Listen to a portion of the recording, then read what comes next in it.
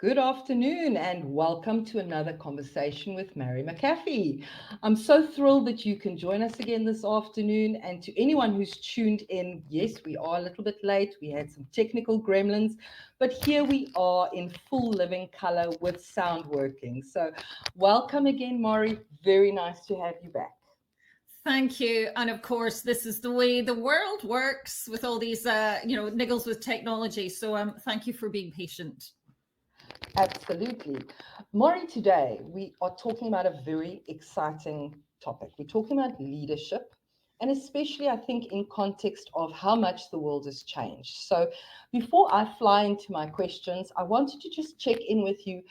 Give us a little bit of the background, how you got into leadership development.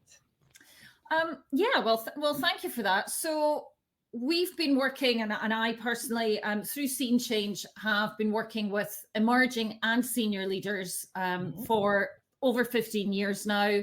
I have a background in performing arts, trained as an actor, and moved into bringing that into training rooms and helping people with their impact and influencing. And it's really quite fascinating over the years to see, in particular, how leaders communicate and those different types of ways of communicating. And then through that communication, how they influence, how they collaborate with their peers, how they manage their colleagues and the people that work for them.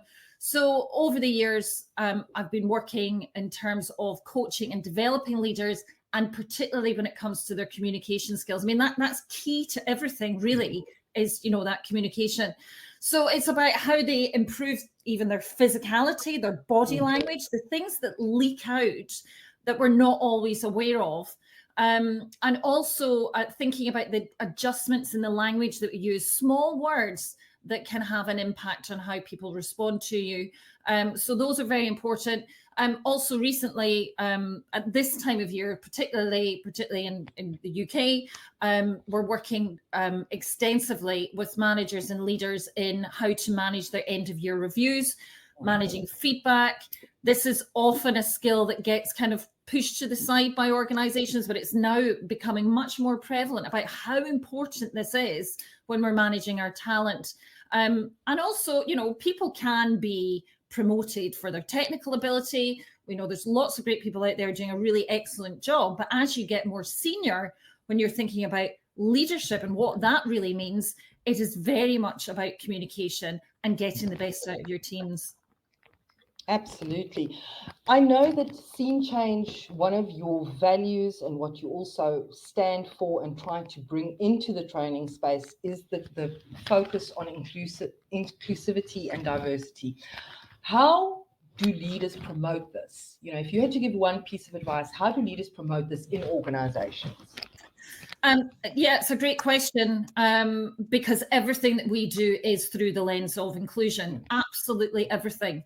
And this is what we try and promote with the clients that we work with. And it all really starts with culture and really understanding from that human perspective what culture looks like and feels like for the people that work in your organization, and also thinking about that culture and how it's promoted externally, how it's experienced by your customers and by the services that you're offering. And the organizations that we work with that do this best have inclusion as a red thread through everything that they do. Just as I said, everything that we do is through the lens of inclusion. This is what we promote in organizations that we work with. And that's about every single decision that you make, thinking about inclusion, every campaign that they create, thinking about inclusion. And when we work with organizations, it's not just a one-stop shop. It can't be a tick box exercise. And a few years ago, lots of organizations were doing unconscious bias training. They were doing it online and they were saying, I've done that now. Let's move on. They stop there. Then they sit back and they go, well, why has nothing changed? So we still talk about unconscious bias. We unpack that for people because it's there. We know that. You and I talk about this a lot, Anel. And we move then from that into inclusive leaders training, and that's important. We can go on management training programs, we can go on leadership development programs, but we also have to understand what an inclusive leader is. And that's inviting leaders to really self-reflect often they don't have time to do that. So we allow them that space to do that. And on a really deep level, recognize how their behaviors can cast a shadow across the people that they work with.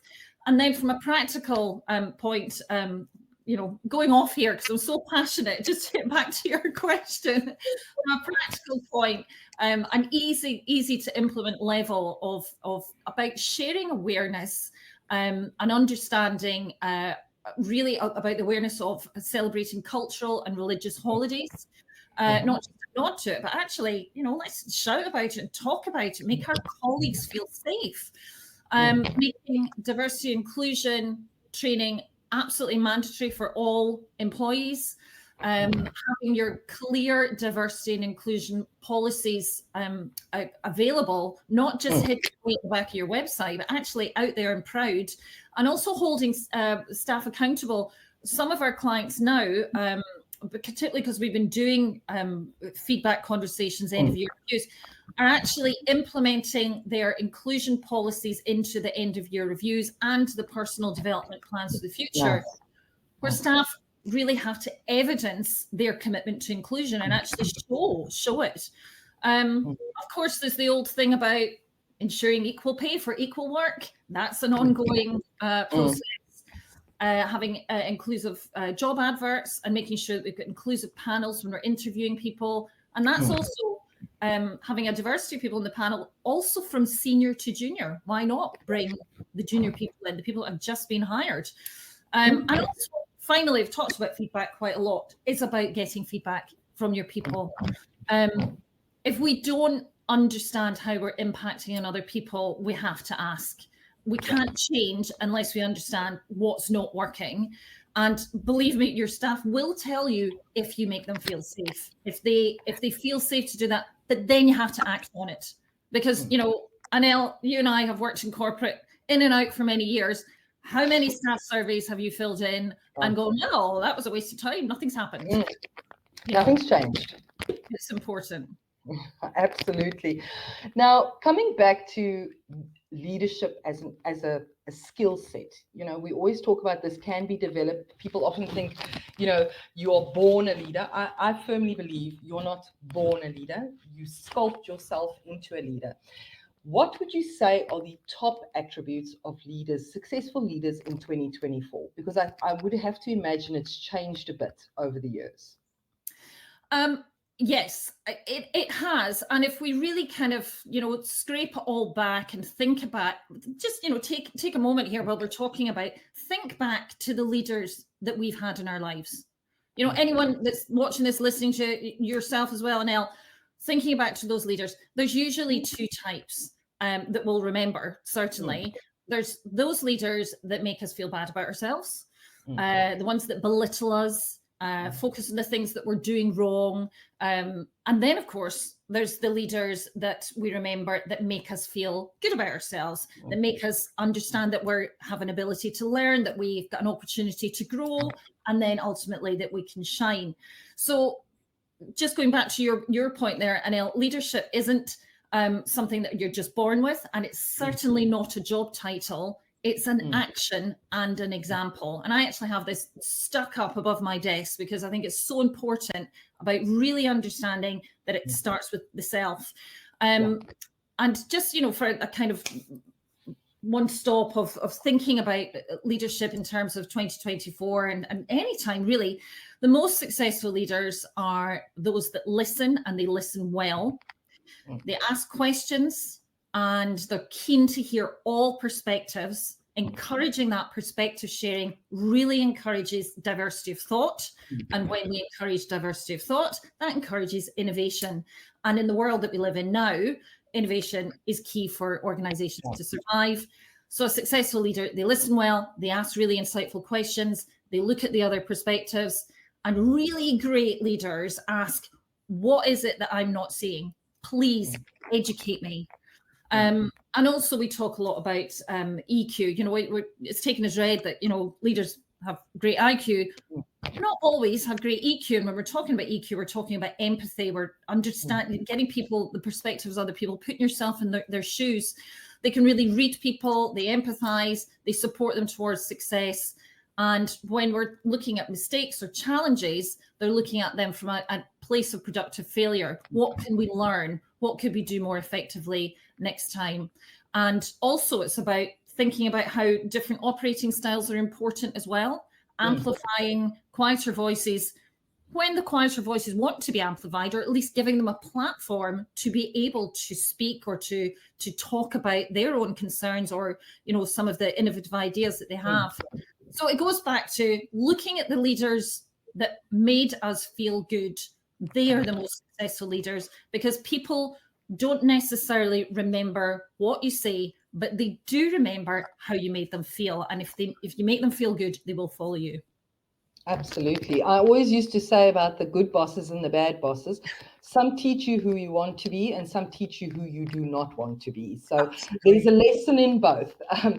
So just while we talk about challenges, you deal with so many leaders so regularly.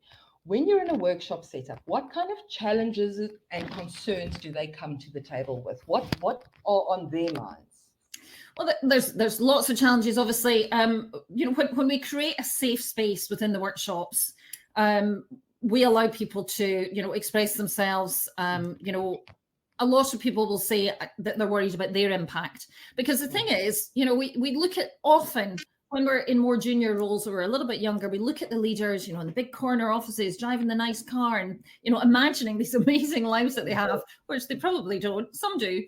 And we think, you know, they've really got it made.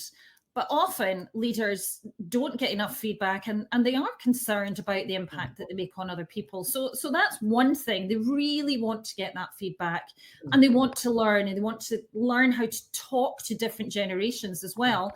And particularly at the moment in our workshops, what we're hearing is it's about engagement across differing generations. You know, we have a large new workforce coming into play.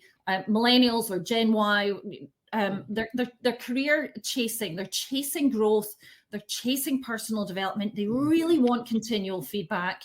They're often switching roles, and not necessarily loyal, but, you know, they're talented, so we want to keep them. So we need to keep them engaged. And then when you think about communication and our different styles, Gen X, they might pick up the phone, they might have a chat to you, they might shoot you an email. And then you've got Gen Z coming in, and they'll prefer to WhatsApp you. And, you know, we can all chat and go, oh, you know, how dare they message me like that? But we also have to meet them halfway. And it's understanding that generational differences, it's really essential for business. We need to embrace that.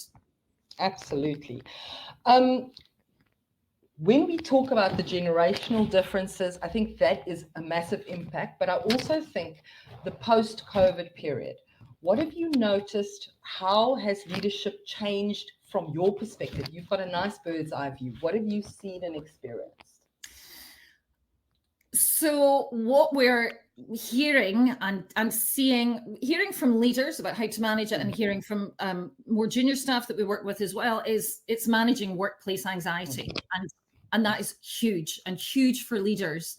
So if we bear in mind that most of us in the last few years were working from home for a very significant amount of time, lots of individuals had joined the workplace during lockdown, never meeting their colleagues until much later. And actually, some may never have met, you know, because, you know, we're working in global organizations now because we get used to working in this way.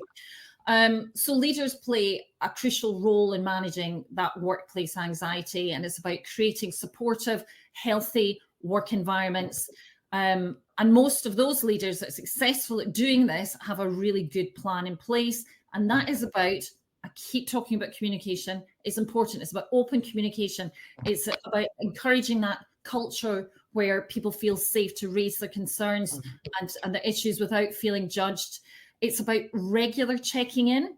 We talked there about, you know, the millennials and Gen Z wanting feedback, but it's actually about checking in with people. It doesn't have to take you a lot of time, and checking in individually and at team meetings, just discussing any challenges, and also self-disclosing some of your own, providing those clear expectations, communication expectations, the role and responsibilities of their job, performance standards, goals, and also making people aware, implementing and making people aware of the support resources that are available to them across the organization. Lots of people are putting in employee assistance programs, counseling services, mental health, promoting the work-life balance and showing it yourself as a leader. If Living you're it. firing off an email at midnight and then saying, oh no, everybody take some time off, it's, you know, you have to role model the right behaviors. And also about supporting people for the adjustments that they need in order to be successful. No, absolutely. I do think you make such a good point about that work-life balance. If you're not setting the example, there's almost a psychological disconnect between your behavior and what you're telling people. So I think that's crucially important. Something, you know, you talked about the inclusion, the diversity, bringing those diverse people to the table. There was a concept that you shared with me around the diversity dividend. And I think it's so important for people to understand this is not just a nice to have, this is not, there is an actual benefit. Please, can you expand on that concept for us? Yeah, I mean, it changes all the time, the dividend of diversity, but it's about, you know, when we implement inclusive behaviors, when we really try and attract diverse people with lots of diverse backgrounds, ways of thinking, lived experiences. There's my light just gone off. It's super important for us to really understand how that actually implements our businesses. So there's been lots of studies recently. When it comes to innovation, it's 19% higher in organizations that have above average diversity in their leadership teams. And that comes from a study done by Boston Consulting Group. Then when it comes to profitability in organizations, companies that have the top quartile for ethnic diversity in their management are 35% more likely to have higher financial returns. 35%. That came from a global McKinsey report. And when it comes to attraction and retention, we're talking about new generations coming into the workplace. Well, this is your lifeblood. This is your future. 47% of employed millennials say that a diverse and inclusive workplace is important for their consideration for new employment.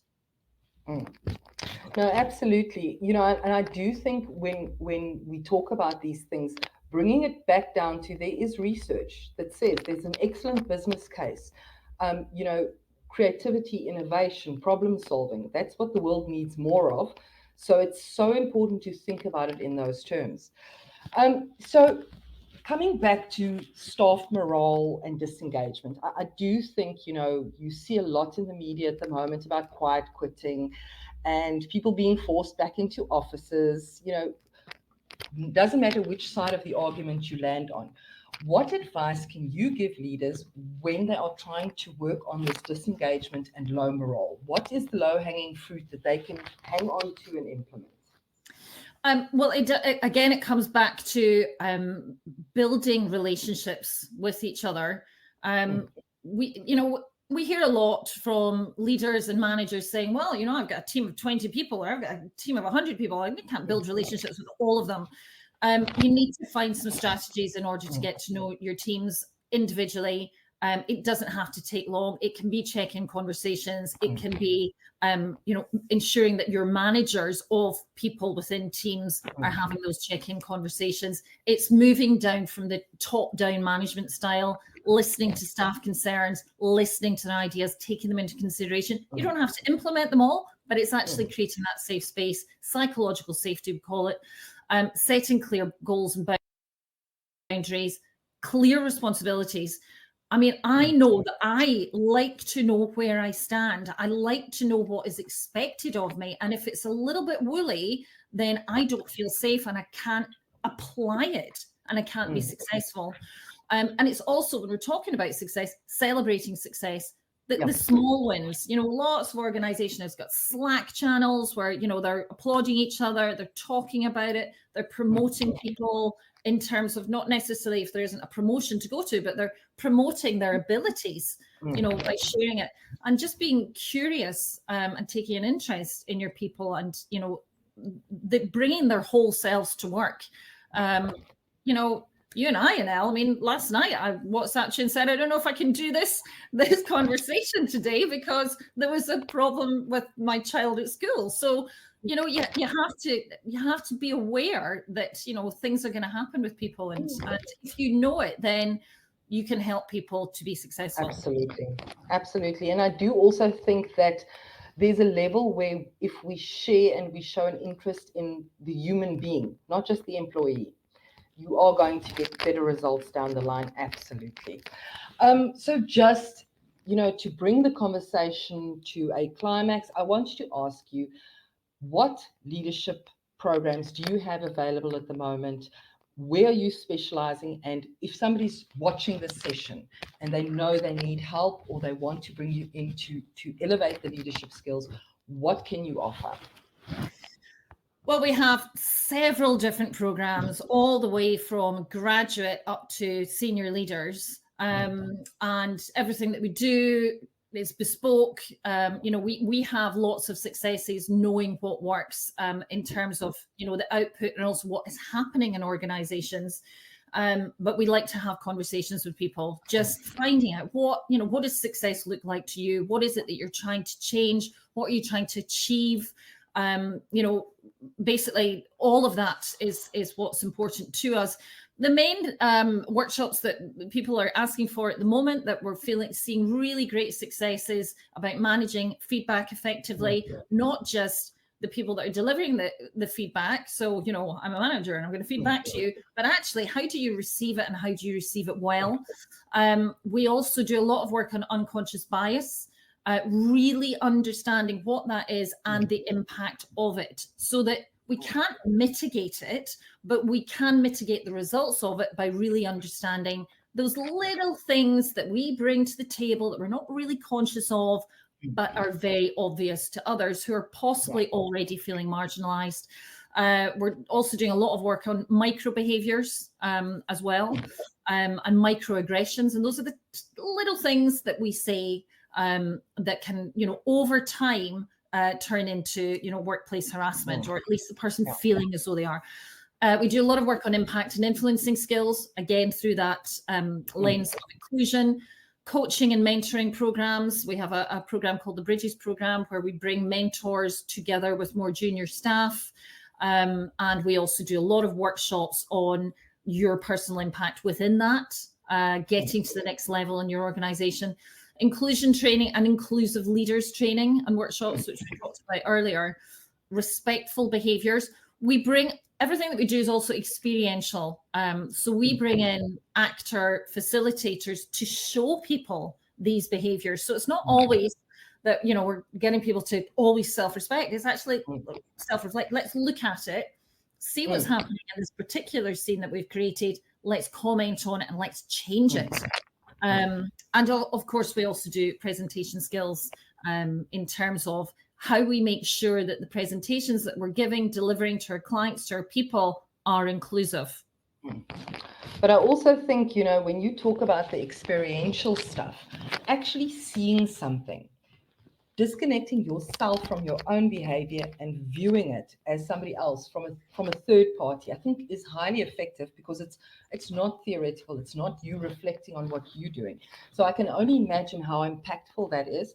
And I'm sure a lot of people listening to this, even if it's later on, will relate to that death by PowerPoint. So I'm thrilled to hear that you're doing some work around, you know, working on those presentation skills, because I think often you lose a great idea because the person can't get the message across. So I think that's so important. Okay, so Mairi, thank you very much once again for joining us. It really has, I can't believe 24 minutes has flown by. I'm going to leave the link to the leadership details in the comments below. Please make sure, if you missed our last discussion, it is available on YouTube. That link will also be listed in the comments. Thanks so much, Mairi, and we appreciate your tips and your insights this afternoon. Thank you, Anel. Great to see you.